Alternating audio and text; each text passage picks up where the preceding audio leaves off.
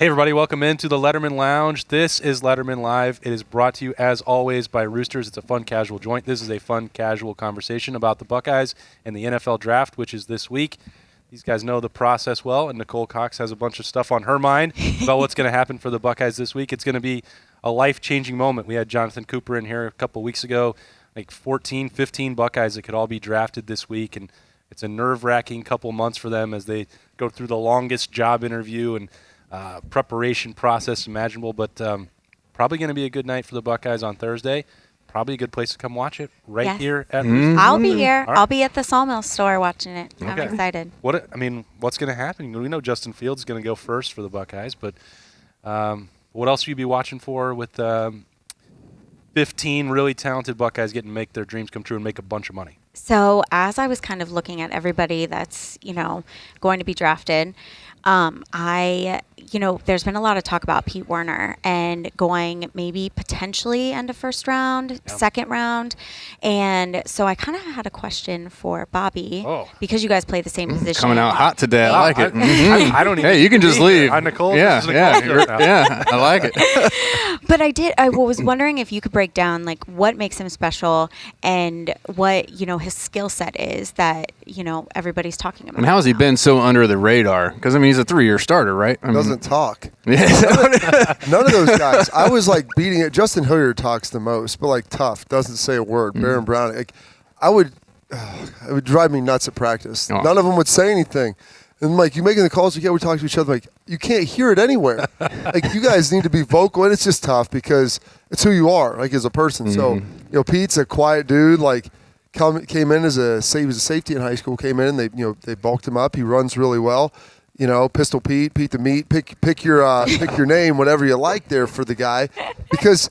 I used to call him early on, Bob, in his career. I called him Peter Warner because he just reminded me. He looks like a Peter, like an account. He was, Peter Griffin. So serious and just like you're an accountant guy. No, he's definitely not. He's more of a Peter. Definitely not a PD. You could probably settle on Pete, but he's just a very business-like guy. And when you watch a game, you're not sitting there like, gosh, Pete made a great play here, made a great play there, had all these impact plays. But then when you watch, okay, he's covering this tight end man-to-man. He's doing a pretty good job. The reason why you're not seeing it is because they're not throwing to him, or if they do, it's a tough catch, contested ball, PBU. And then you're like, I didn't really remember him watching. Like, he had 8 tackles. And they're not like tackles 20 yards down the field. He's making them right around the line of scrimmage. And I was talking to some scouts on Pro Day there, both times, just picking their brain about these guys. What do they think? And there was a couple of them. They're like, hey, and that I talked to that, hey, Pete Warner. Like, I said, what do you think about Bear? I'm asking all of these guys. Like, Pete's gonna get drafted in the second round. He's like, I'm telling you right now. Like, there's enough people I know that like him that are evaluating him. No one's talking about him because no one wants to talk about him too much. Nobody wants to have to go up even higher to get him because they want him to fall to him in the second, and fall to him somewhere in the mid to late second. Which I could see him going high. He's a guy you can plug and play. As your Sam or Will linebacker, and he can be there for 10 years, and you'll never be disappointed in that pick. Jay-Z, I think the other part of it is that these NFL teams, the scouts, the general managers, everybody that's evaluating him, they see the last 2 years and get really excited. And the perception was a lot of people formed an opinion about him in 2018 when he wasn't alone, but it was his first year starting, and he was with a position coach that I think was clearly not maximizing the talent on him. Don't be crushing my man, Billy Davis. Bob can argue with me all he wants on that, and I'll defer to him in most situations. Billy Davis was not maximizing the talent on hand in 2018, and I think that people watched me heat it up now, man. Well, let's go. I like it. Let's go. People watched Pete Warner, and I think that they formed an opinion on him that he was never going to get any better, and he struggled. And he did get better, and whether that was because of Al Washington or just experience, maybe you and I disagree about why that is, but he got clearly better, and I think that the perception of him as not being an impact player for Ohio State was 100% wrong. So part of this, what else changed outside of the linebackers? I know coach? that the coordinator also. Okay, that's all I'm saying. So when people were like, why are we playing our linebackers? Because they used to use the term mug. They'd walk both linebackers up into the A gap right across from the center a lot of times.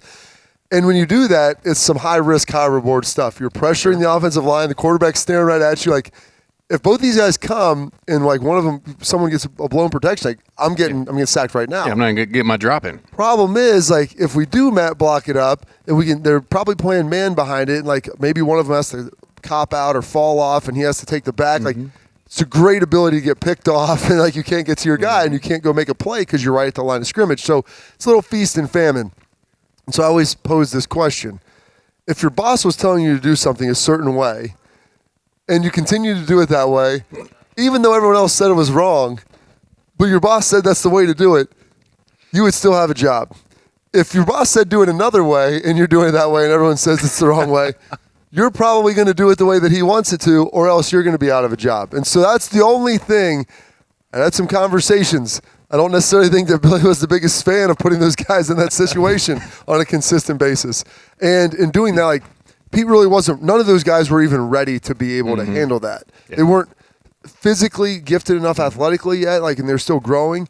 And then also, like, just schematically of knowing when you're up there and you're out of, like, your normal comfort position, things are going to happen fast, and you have to be able to anticipate, hey, this is the formation. I got to worry about A, B, and C right now, because if they do this, they do A, I'm really in a pickle. So we've got to figure that out. Well, Nicole knows that good bosses also listen to the people that they hire and work with. I mean, that's true. Let's make some adjustments here.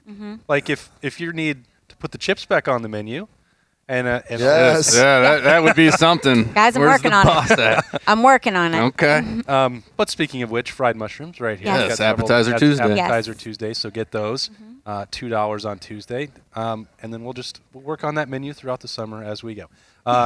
Jay-Z, I know that the guy you're watching, of course, is at quarterback. Most of us are. You came in, you sat down, you were reading. Hold on. You weren't here for the pre-show meeting. Well, it's time to go to Justin on Justin now. Yeah, Justin on Justin accountability? Yeah. Well, he was telling me about this story. I don't know the author. I don't know the quality of this scouting report, but I know you're enamored by it. I couldn't believe reading this. And it's an article why Trey Lance is the better option for the 49ers. Bad start. And I want to say I had never heard of Trey Lance until this whole thing started happening, because he didn't play last year, right? I mean, he had one season.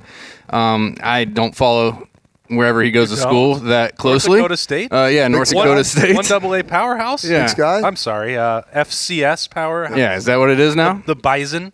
Well, anyway, so I'm trying to decide how he's made his way to where he's made his way. Probably by not playing. Well, probably, right? Exactly. And so I just Googled, Trey versus Justin. Yeah. Ooh. Dan versus Dave. And it was weird what came up, a few things. But no, anyhow. Here we go. First article. Here we go.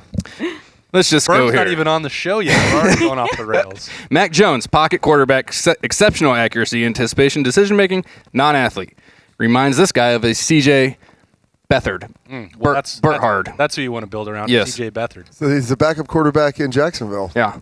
Fields, dual threat. For how long? Exceptional athlete. And accuracy.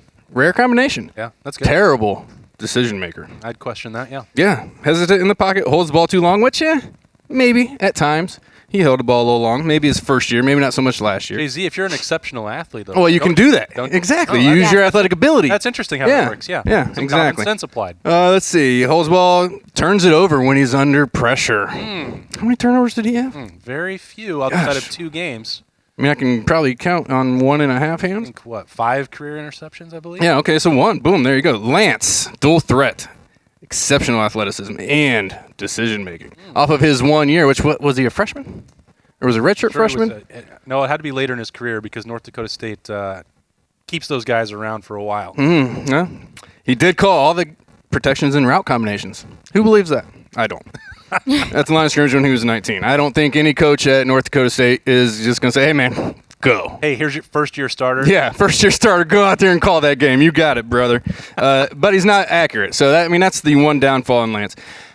Justin, that's never burned the 49ers before. Or anybody. I would argue accuracy is the most important thing. And it's the hardest thing to probably teach. Yeah, no doubt about it. So, So what did you learn from that, Jason? I learned that there's a lot of dumb people out there writing articles. Not on LettermenRow.com. Thank you. Yeah, there you go. Very bright people here. And make sure they got that on you. But I'm saying Justin to me has to be. I think all this is just smoke screens and everything. I think he has to be the second quarterback taken. I don't even know about this Zach Taylor kid from BYU. Zach Wilson. Or Wilson, yeah. Sorry, yeah. Yeah, he was good. He throws the ball well. I think if Justin is there with his athleticism and you're at the top of the draft anyways, which means you're probably not very good, it probably helps that you have somebody that can help you out and get out of trouble. It's just amazing to me. I like Mac Jones more than most people do probably. Everybody talks about how his team was so great. Well, you're going to have the same kind of athletes at the NFL level, so if you can be good with that, you probably can translate that to the NFL. But Justin, after Trevor, even with Trevor, gosh, there's a part of me that says, Urban, go ahead and draft the man. Like, you saw him. You know people that have been around him. He's not going to be bad for your program. Right. But Trevor's going to be the guy. He's already said that. Justin has to be, to me. I'll be more surprised than not. I can't say that because they've already said Zach is going to be the guy in New York, right?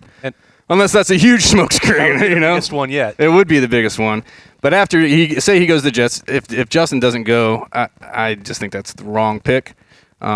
Trey Lance, a kid who's played 1 year, didn't sit out versus a kid who fought for the Big Ten to get back into the season, to have a season to play, when he could have sat out and probably been the second pick of the draft. Would have been. It's mind-blowing to me. So I think the NFL teams are smart. They understand. And I just think a lot of games are being played, and they have been being played for the last month. Yeah, Nicole, we had to basically make Justin Fields ineligible from winning Buckeye leaves because he was every week. He was so consistent, and he performed at such an elite level. I've seen few players ever like him, and this whole process has made me think that I'm taking crazy pills. Now, granted, we see Justin Fields week in and week out. We watch him a lot closer than we ever would have Zach Wilson or Trey Lance, and we did see Trevor Lawrence a couple of times in person, but just watching Justin Fields and what it takes to play here and the way he handled it, his growth over the years. I mean, just watching how he learned from every play that he did or every mistake. It's just, and when you were saying the decision making, like he's not a good decision maker, I didn't feel that way at all. If any, I mean, I thought he was like the best I'd ever seen, because in those situations, I mean, each situation's unique, and they have to make a decision in a split second, on every play, multiple decisions. Exactly. And so when people write on things like that, I'm like, if you're not in the position, you have no idea what it's like, to have to make a decision that quickly and the pressure and every element that goes along with it. So this year, with a lot of guys, I try to temper the expectations on film, especially for schools that were having like massive COVID issues, guys in and out. I think against Michigan State, they have 2 of their 5 offensive linemen that were playing. Right. Mm-hmm. I mean, that makes a big difference. Now you're trying to say Rocky was the man up there? Yeah, I mean, so you're trying to, you're playing those guys. You're trying to figure that thing out. I mean, there's a lot of issues, and even for the linebackers, all these different positions, it was so disjointed. So I would put more weight on a previous year's film if that's better to me. And then I'd also look at the end of the season once you finally able to wrap it up. And that's why I just keep going back to, he played really well against Clemson. Didn't play bad against Alabama. There wasn't a whole lot there. Put together a couple drives early on that looked really good. The Northwestern game, they were bound and determined not to let them throw on them. And if you want to force they're a top 3 defense in the country, right? I mean, they have a first-round corner, and they were going to say, you're not throwing the football on us. We're going to get deep. We're not giving you up the big shots. You have to take stuff underneath. I think some of that was probably on Ryan as well. And then they finally decided, hey, we can just run the ball for 400 yards. We're going to do that. The weirdest part was that they could always do that from the start of that game. Oh, yeah. And it took till halftime. They're like, well, let's just we tried this, yeah. But that's not on Justin. Because you can't throw 50-yard touchdown passes if you're not throwing the ball. And so, everyone wants to see that stuff. And it's like, dude, just take you're getting 12 yards of play running it at least. So they finally made that switch. So it's like, I'm not going to put that on the quarterback. If you want to drop 8 and do this super soft umbrella coverage just so that no one gets deep, okay, you can do that. And it's up to the coaches then to make that adjustment. Plus, when you don't have Chris Olave and Jackson Smith in that game, I mean, that's all of it was adding. Yeah. Adjust the game plan. They did, and they won the game. Another Big Ten championship for set records. The part that really has infuriated me was last week with the medical leak that came from the NFL, and that happens in this draft season every year to somebody. Justin Fields doesn't need my sympathy. He doesn't want my sympathy. But the way he's been talked about, beyond the insane stuff that we're scouting report on the field, the way he's been talked about off the field, quite honestly pisses me off. It was no journalist should do what was done last week, talking about that medical issue. If that person doesn't want it out there, I know that happens, Bob, to guys in the NFL all the time. You have injury reports. This is different.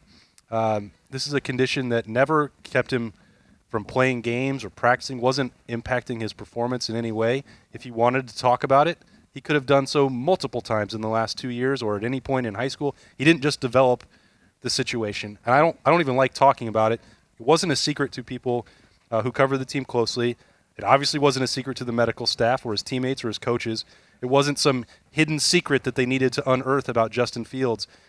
He could have talked about it on his own multiple times. So to thrust this on him late in the game, I think is grossly unfair and was journalism malpractice. That's from me. That's not – I don't understand it. We could have reported on that multiple times if we wanted to. It didn't impact anything. And if he wanted to talk about it, been happy to do so.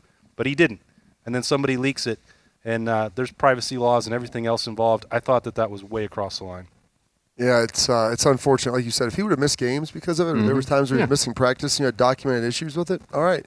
Now, it's something that's serious, and I just heard today that, because I thought Denver might be, I'm like, that's the lowest place he would go. He needs a quarterback. And someone said they had heard that, potentially they had to take him off their draft board due to the altitude and epilepsy, and would that impact it? I don't even know. I was like, I'm going to have to research, talk to some doctors to see if that's something that's even real.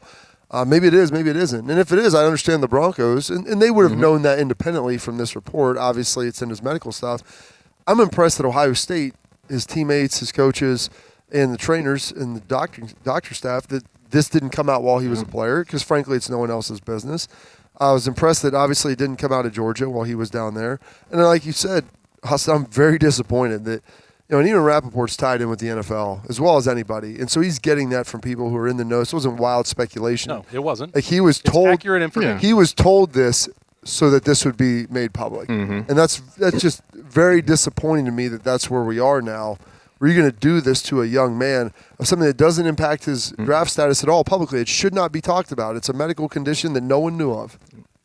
And the reason nobody knew of it is because it hasn't really affected him when it comes to him playing football or, being a part of a program. So, moving forward, you would expect the same type of...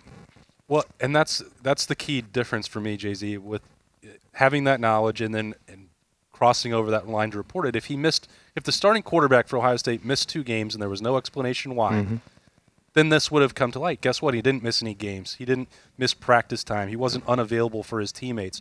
Somebody who has a sprained ankle, well, you say, what's the difference in reporting about that? Well, you're going to play a game or not play a game. You can argue, Bob, if this is a genetic condition. This isn't an injury. No, yeah. And so there's differences with that, and all of us have children up here, and you start looking at things there's certain things you're born with. That's a fixed situation that he cannot control at all, and it's something that they've managed, and it hasn't impacted him. And apparently, it's hereditary to his family. It's managed. Yeah, and they manage it, and so it's you look at your kid, you figure out the best way to kind of handle that stuff.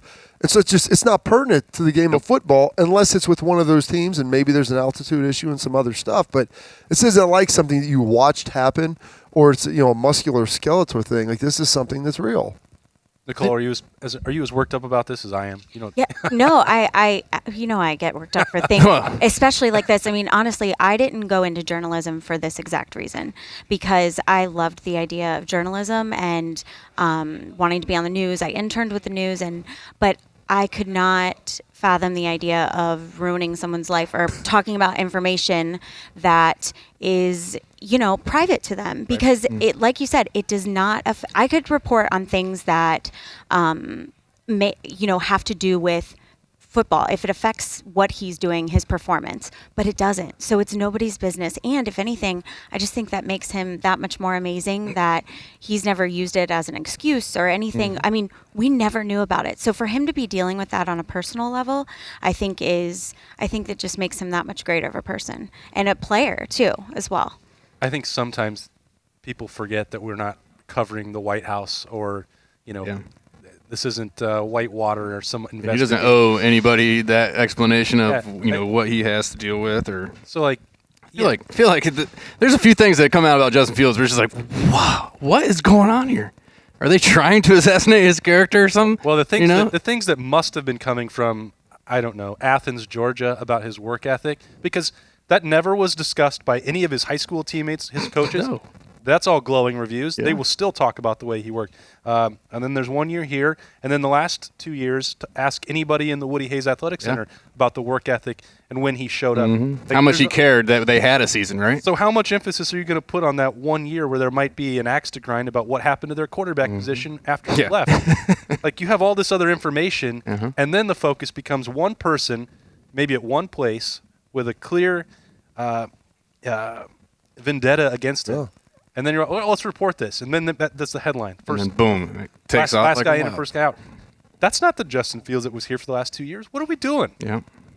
Mind-blowing. It's tough because you look at Trey Lance, no one knows about North Dakota State. You look at Zach Wilson, like no one. I mean, BYU, they're known, but they're not someone that has a big fan base following. Trevor Lawrence has basically been baked in.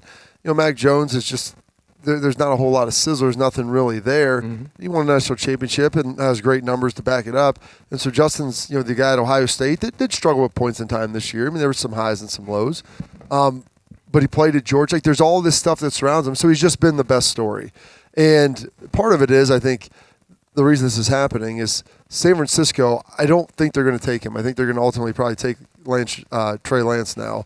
And I think they like Justin. I don't know why they're going to go with Trey Lance over him. If you're going to tell me it's like Trey Lance or Mac Jones, I feel like, okay, well, I don't think they traded up to go get a guy who's just going to be pretty good. At least Trey Lance, they talk about having elite characteristic. All right, that's your guy. The fan base out there wants Justin Fields. And so I think a lot of this has been placed out there to be like, listen, there's this, and trying to like incept these thoughts into the fan base to make them happy about the pick when they're going to probably be furious when they take Trey Lance. And hopefully he pans out. I mean, I hope the guy's great. I really do, because I don't want to see anybody struggle. But like it's going to be a lot of weight on him to win people over who are not going to be happy with it. I just don't understand how you can have two guys who you're going to say the same thing about them, right? Very athletic, very strong arm, smart kids, good quarterbacks. One played in the Big Ten for 2 years and had 6-7 interceptions. One played at North Dakota State for a year, didn't have any interceptions. Those are different style of football. I mean, come on. Game in and game out in the Big Ten is way different than anything that he's going to see in North Dakota State. And now I know small school quarterbacks have went to the league and been very successful. It happens. But I just don't understand how you can watch 1 year of film on a guy who's playing his first year and then watch, at that level, and then watch Justin Fields play 2 years in the Big Ten and dominate, and just be like, this kid is the special one, the one out there and wherever the heck that is. Yeah. He didn't play last year, but listen, we got to take him. He's just off the charts. It's mind blowing. Jay-Z's going to leave and do so much research on North Dakota State. Yeah, no, I'm not. They're green and yellow. Okay. Nicole, what else is going on at Roosters? Obviously, come here on Thursday night. Yes, the open draft. And Friday. Yeah. Well, all day Saturday as well. Yeah, and all day Saturday. I shouldn't exclude the other rounds. Yes. Right, Bob. There's more. The other than one rounds are round. great. We have a lot of other Buckeyes that'll be in those That's rounds. right. My mistake. I apologize to everybody else. And they're like all day long. So Thursday night is just Thursday night. You can come in Saturday and start at 11 o'clock and go all day, baby. That's the place to be. Anything else going on in Roosters, Nicole? No, just the draft this week, and then appetizer Tuesday tomorrow, guys. Fried mushrooms. Yeah. So, and weather's getting nicer, so the patios are 80 great degrees to enjoy. tomorrow. Exactly. Let's go. Exactly. You know what, Nicole? One time we may have you do a power rankings for the appetizers here at Roosters. Okay, I'm happy to do it. We And should could I do break my that down in the personal- off season. I need to look up the numbers because I can go by my personal opinion. That's on what we everything. want. I think But- the whole panel has to I think vote. I think we need to all come up with our list and then. We already know what Jay-Z thinks about this week, but I'll make up for it. I'll take all these home with me. Oh man, Yes. Linda Zwick's gonna get some fried mushrooms tonight. You either love them or you don't. I like mushrooms, so you either like them or you don't. People Well, like mushrooms or And they if you don't like the appetizer Tuesday this week, guess what? It's going to be a I different know. one. It's It'll going to be something change. great next week. That's right. Yes. It will be great. Nicole, always great to have you on. Some great stuff from her. We're going to bring in Berm. He's got some recruiting stuff that we're going to talk about. Okay. Made him Also, drive down. maybe related to Joe Berman. Ooh, I heard as well. about this. Yeah, in our Noted vampire and pre-meeting. former Indian Naps coach from back in the day. We'll talk about all of that after we take this quick break and let Nicole go do her real job as Letterman Live rolls along live at Roosters. Roosters is one of the unique companies that we deal with. They're involved in everything we do, from our personal foundation to also the Cancer Research Fund. And that's from the Buckeye Cruise from Cancer to all the events leading up to the Buckeye Cruise.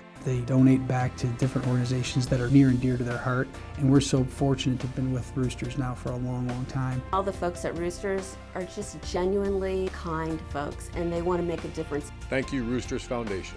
Thank you, Roosters Foundation. Thank you, Roosters Foundation.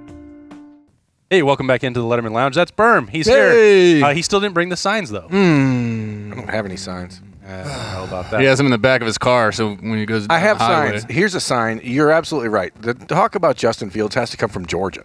Okay? Like, where else would that be coming from? It's absolute garbage. Well, here's the thing. It's like not that hard to put the pieces together. it's so bad. Here, and Bob, I'm going to just before you say something insightful and intelligent, I'm going to ramble. Or loaded with innuendo. As somebody who two options. As somebody who is fortunate enough to cover these kids when they're younger and you get to know, the high school coaches. Young dudes. There was never a conversation about Justin Fields in that way, all right? So, but when you listen to the way that Georgia media would speak about Justin Fields after he committed to them and after he signed, like he was their hero, okay? It was like Justin Fields is it. And I'm telling you, the 15 minutes after he announced he was transferring to Ohio State, I got calls and texts from Georgia recruiting guys. Heard he's stupid. Heard he can't. Good luck. Can't read. He's a run first guy. He's the one that they, people reaching out to me like, I'm just shocked if it works for him. Oh, there's no way he can handle Ryan Day's offense. He hasn't picked up the Georgia offense. One-read offense, though. It's crazy. It was instantaneous. They went from talking about how great he was to saying that he couldn't read. And I'm like, what are we doing? Like, you guys realize, like, it's easy to see through this, right? I mean, and you just hope that when your girlfriend breaks up with you, right. Man. She was the best, and now, dude, she's got this and that, all these problems. That's not the first crazy. You don't go ask like the ex-boyfriend for advice on your current girlfriend. And I think it's going to work out great for Justin no matter what. I just wanted to get a piece of that in there because he's going to end up in a good situation. The further he drops, the better it is. I mean, look at Aaron Rodgers' career. You know what I mean? He's not put in a position where he has to go into a place like New York,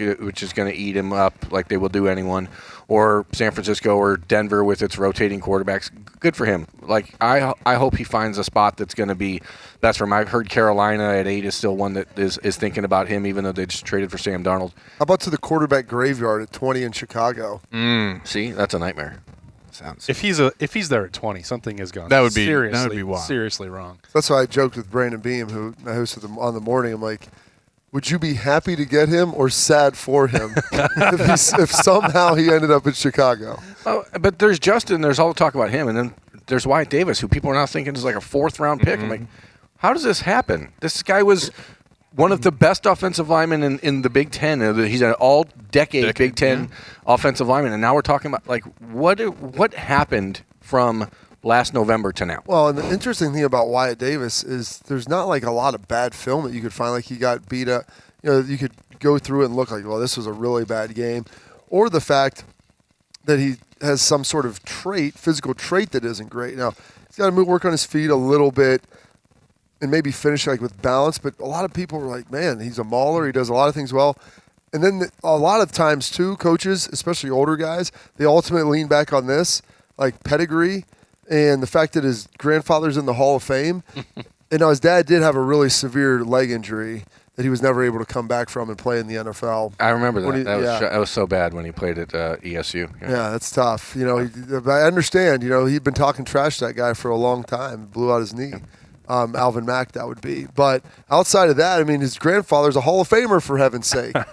Charlie Davis. So, like, some people say he had, like, 250 sacks. Like, they didn't even record him back then. Like, he'd have, like, 16 sacks in a game.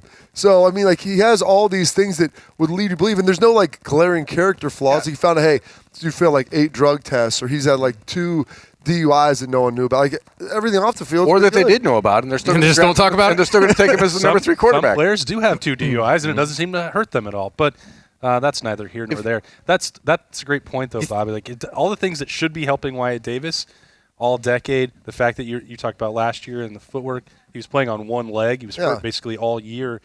Didn't want to get surgery because he wanted to be out there for the team. Opts out, opts back in. All those things should be working in his favor, and for whatever reason, they're not helping him. It's not helping Josh Myers. People just hate Ohio State. What's the deal? I mean, the NFL doesn't. I mean, I know that the coaches and GMs there like guys coming from our program, but it just seems that's why this whole draft process for Ohio State this year has just been upside down. It has been strange. Well, because it all comes down to this. I think people are a little bit upset because they pushed it to get done in the Big Ten. I'm glad Ryan talked about it a little bit, and I hope he hammers this a little bit more. In the NFL, the one thing, and it's the toughest to measure, it's really, really hard, is how much guys love football. Mm-hmm. And do they get there and finally get paid a little bit, and it's like, all right, I'm done. Mm-hmm. Yeah, they made it, and you're going to shut it down.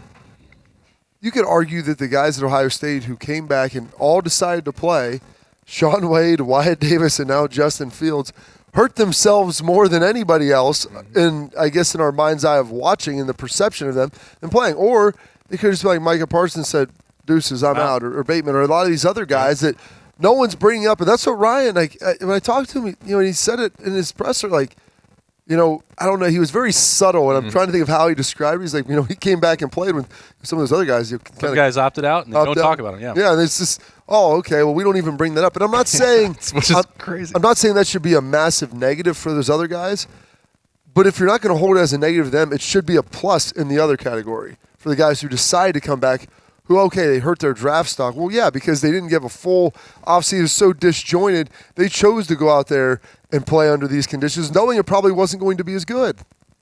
Certainly didn't help Shaun Wade. It'll be interesting to see where exactly he lands this week. But for the current and future Buckeyes, Berm, what happened over the weekend on the recruiting trail? Big news. Has it ever happened before? Explain it. I mean, it has. I talked to Bob about that on the morning juice this morning. It's actually somewhat ironic in that Indiana, I think, is the last team to flip an Ohio State commit in the Big Ten. Hoosiers are coming, man. That was who's your dad? Well, that didn't really work out for him. Running back Samson James in the class of 2019. The Buckeyes replaced him with Marcus Crowley. It's just one of these situations where if you recruit kids that you recruit kids intentionally that have great families and that come from an idea of people who want to be around their brothers and a brotherhood, and all of a sudden, now my two brothers and my dad are at Indiana. It sort of defeats the purpose, I guess, of trying to convince them that you should still stay at Ohio. Screw your family. Screw them. I mean, I get it. There's a lot of people that are going to see it on the outside looking in and see Deshaun McCullough and a top 50 prospect and think, this kid needs to make a business decision.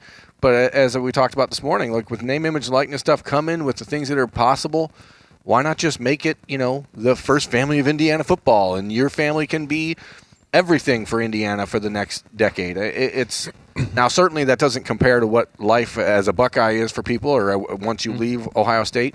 But when you have your entire family in that spot, it's hard to walk away from that. Yeah, I think it's good for Indiana. I think it's good for the kid to be able to sit back and make that decision, saying, "Man, I'm leaving Ohio State, but I'm doing it because of this. My dad, my brother.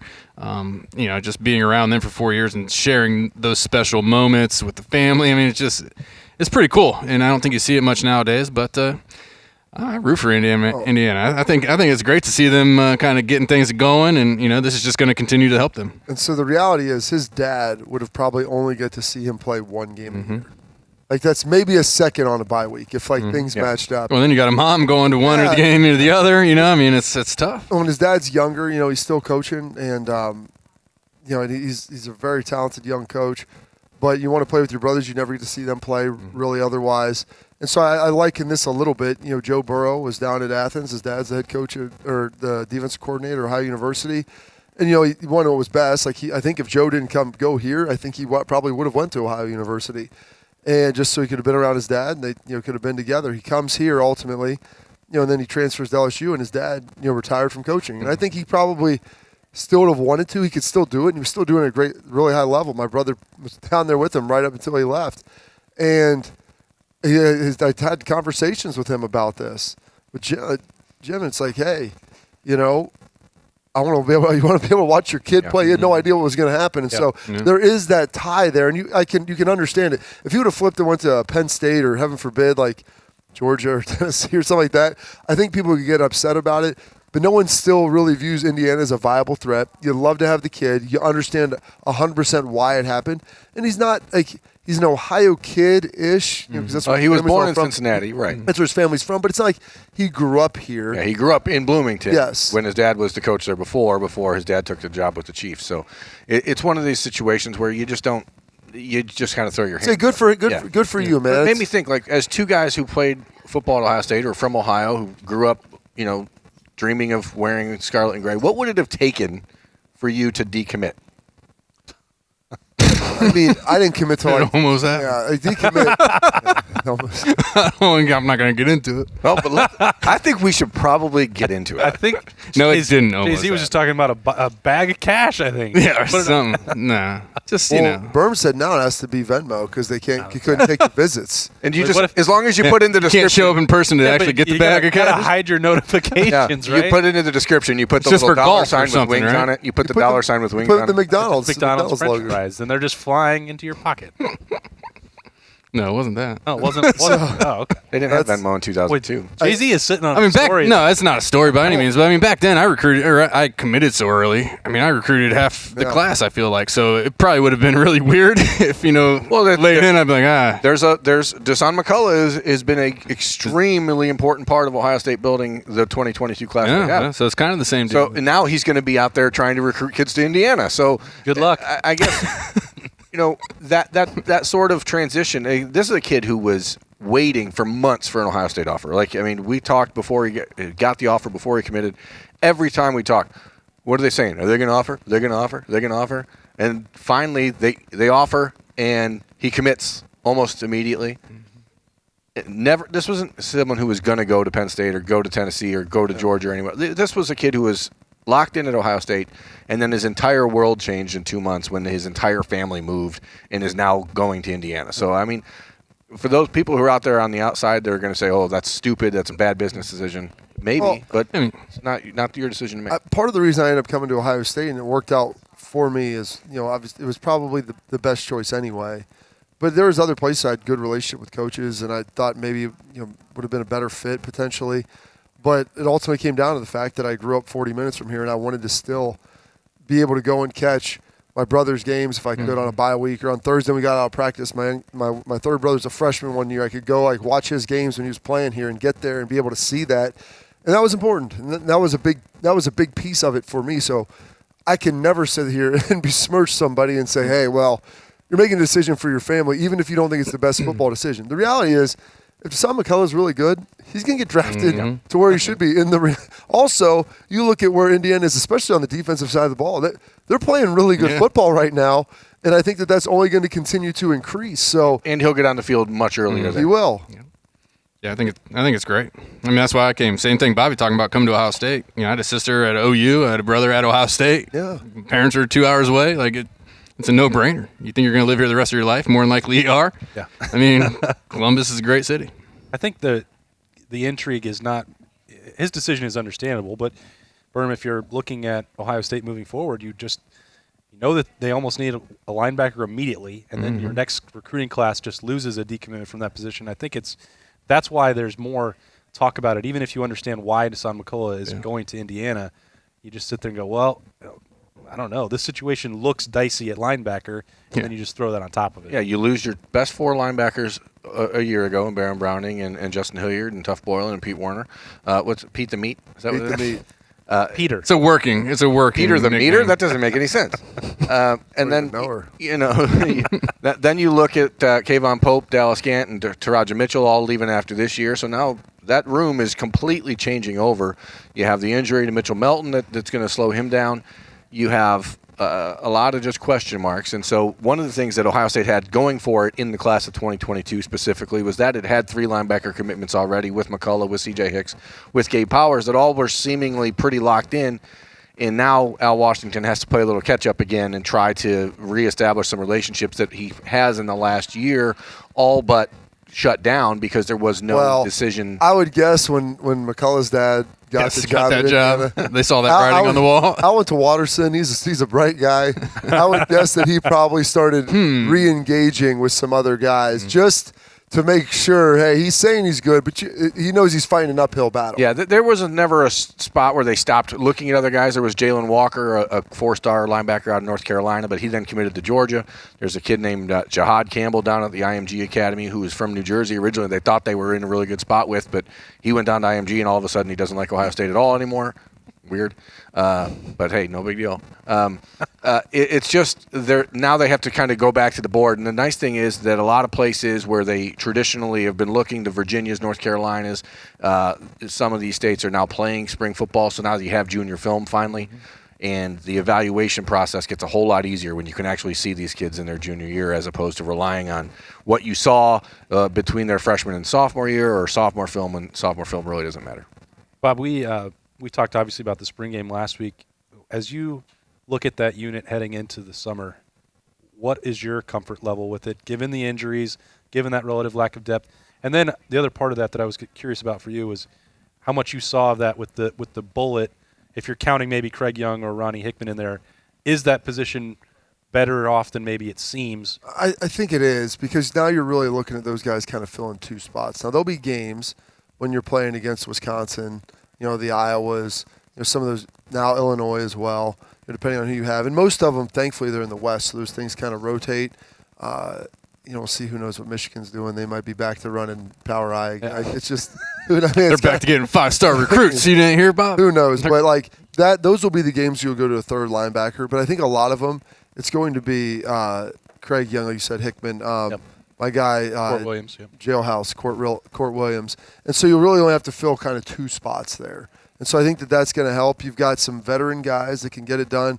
Dallas Gant getting back is going to be huge because I think he's one of the guys that has a really good shot at that. But Cody Simon had a really good spring. It was great to see him in there playing well. So I think they're going to have enough because you're really going to need to have it funneled for two spots as opposed to that third until you get to some of those other games, potentially, most of them in the Western Conference or Western Division. Yeah, as I talk to people about that room specifically, they're actually a lot more confident than we are on the outside looking in. They really like Tommy Eichenberg. Yeah, he played really well. We'll call those Wisconsin games, we'll call those the Tommy Eichenberg games because that's when I think you'll really see him flash when you just kind of run downhill and hit people in the hole. But, you have Kayvon Pope, who is very athletic and has always flashed when he's had an opportunity to get on the field. Question with him is whether or not he can be consistent and do it on a down in, down out basis.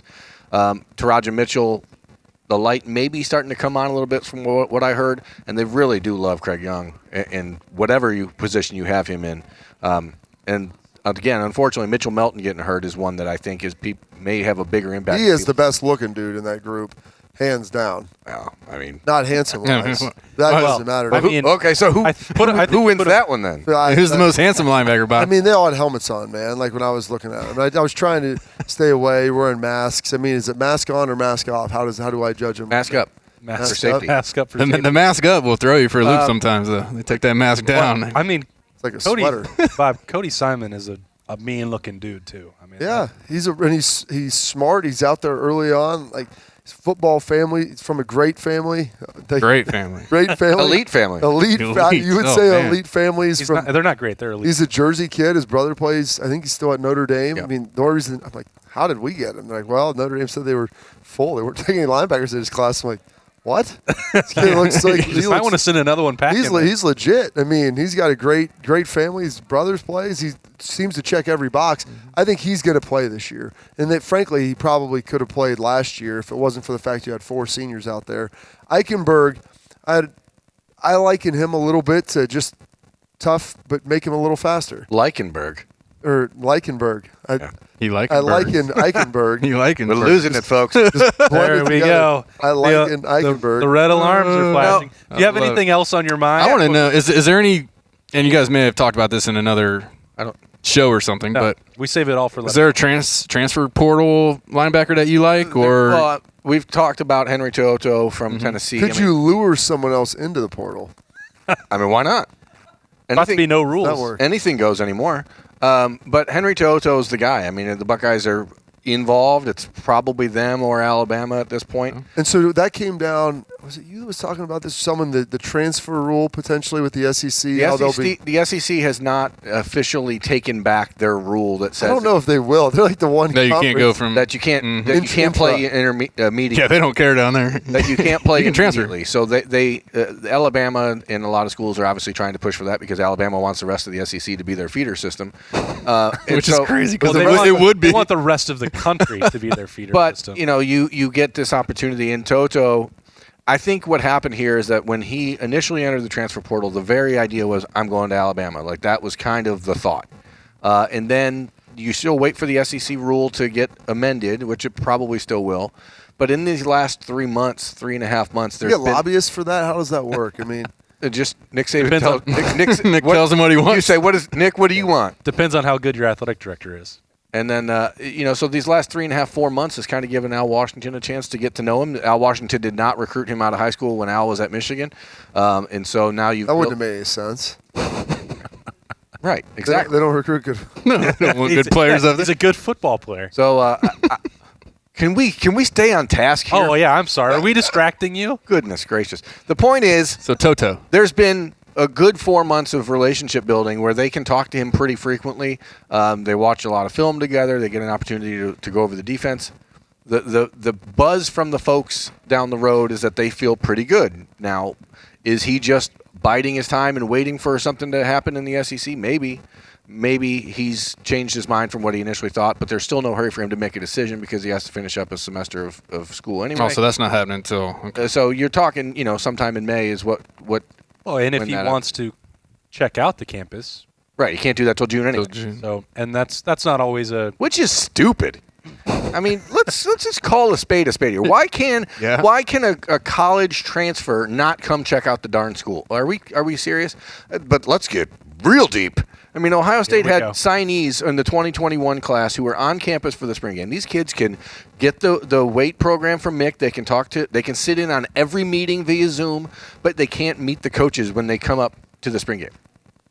Makes a lot of sense. You are stupid, NCAA. What? Don't you say that about them. You smirch Mark Bite Emmer. your tongue. Wow. Golly. Sperm just came down here. What a hot take. People don't like the NCAA? What? What? Oh, my goodness. Sizzling. Sizzling. Sizzle. So anyway, my brother is not a vampire. I checked. He actually called me on my so it's not this morning. Okay. And he was awake. So he was awake at 10:30. So he clearly. Well, some vampires go out in the sun. Haven't you seen Twilight? Yeah. I mean, or they darken the house, right? And then they can walk around? No, I haven't. Yes, you have. Is that everybody's in Twilight? There are 3 females that live in your house. You've seen Twilight. Okay, wait. That's the one with the sparkly vampires, right? Don't pretend like you don't know what it is. I'm going to tell you this. That is the one with the sparkly ones, isn't it? Yeah. I was thinking a different one. During my wife's quarantine, I had a bunch of time off of work that I had to take at the end of the year. And I may have stumbled halfway into the first Twilight, whatever the heck the name that was. Twilight. There may have been a marathon on that I may have subsequently recorded all 5, the other 4, and then watched over the next 2 days. No way that was your first time watching it. It was. I'd never seen it. No way. I mean, I was trying to get my team werewolf. What's his name? Not the vampire. Jacob. Team Jacob. That was my. Is he the werewolf? He's the werewolf. Okay. That's the thing I wanted to join. I still wanted to be Team Jacob, but my wife said that's not a thing anymore. So what's the other guy's name? Edward. I'm gonna full disclosure. They're the colors. Sparkly vampire. There is a time when I watched half of the first episode of what's that movie called? Blood. What is it? Bloodsport? No. What is what? Twilight. Twilight. I was gonna say Blood Rain. Blood Rain. That's a different genre. Whatever. And I think I did watch like half of it. And I was like, this is terrible, but I do remember the sparkly vampires. They were like shimmery, right? And one girl in that movie was a great actress. He's lying. I've never watched beyond the one half of that because I was like, this is awful because vampires shouldn't sparkle. Well, that's when they're like melting, I guess, in the sun. So what? You have to just suspend. Here's the one thing: when I watch a movie that's going to talk about, You're thinking True Blood. True Blood. That's what you were thinking. Yeah, True Blood was good now. True Blood Rain. Yeah. True Blood was entertaining at least. Yeah. You have to suspend. Well, there was a big difference between what you could see with True Blood. Well, yeah, exactly. And Twilight. Yeah, big difference. You just have to suspend all thoughts of reality and all concepts that we have balanced with what we're able to physically do. Open your mind, Berm. Yeah, I do that when I watch movies like that. And if they tell me it's possible, I'm going to believe it. And I'm going to say I'm living in an alternate universe. Sparkly vampires. That's how I don't know what brought this up, but this is how I like the show to end with. Because his brother's. Because you know that's when it needs to end. Yeah, complete madness. He is not Joe Birmingham, the Joe Birmingham who coached the Cleveland Naps. I didn't even know the Cleveland Indians were called the Cleveland Naps. Well, and I asked Shark, my resident Indians historian, I was like, what is the Nap? Where did that come from? I guess their best player before that was Napoleon something. So Napoleon Bonaparte? Basically. They just Napoleon said, hey, Bonaparte. This was you're the best player on our team. We're going to name the team after you. We had a conversation Like on the morning one of the juice. Browns, like if to the ownership. That's true. We had a conversation on the morning juice that went a little askew Like this? You don't say. You this don't morning, and so I just wanted Tends to to happen a finish lot, up. Bob. What's I going wonder on? what the common theme is there. Hey, I hope you learned something on Letterman Live this week, whether it was about vampires or the NFL draft or the Ohio State Buckeyes and the Bullet. No recruiting. We covered a lot of ground on this particular episode, and you can do that anytime. Come hang out with us on Mondays if you want, and come on Appetizer Tuesday for fried mushrooms tomorrow. I know Jay-Z is taking home all of these tonight. Appreciate Nicole Cox for having us in the Letterman Lounge. That's Jeremy Birmingham, Justin Zwick, and Bobby Carpenter. I am just Austin Ward. We'll see you right back here next week for Letterman Live at Roosters.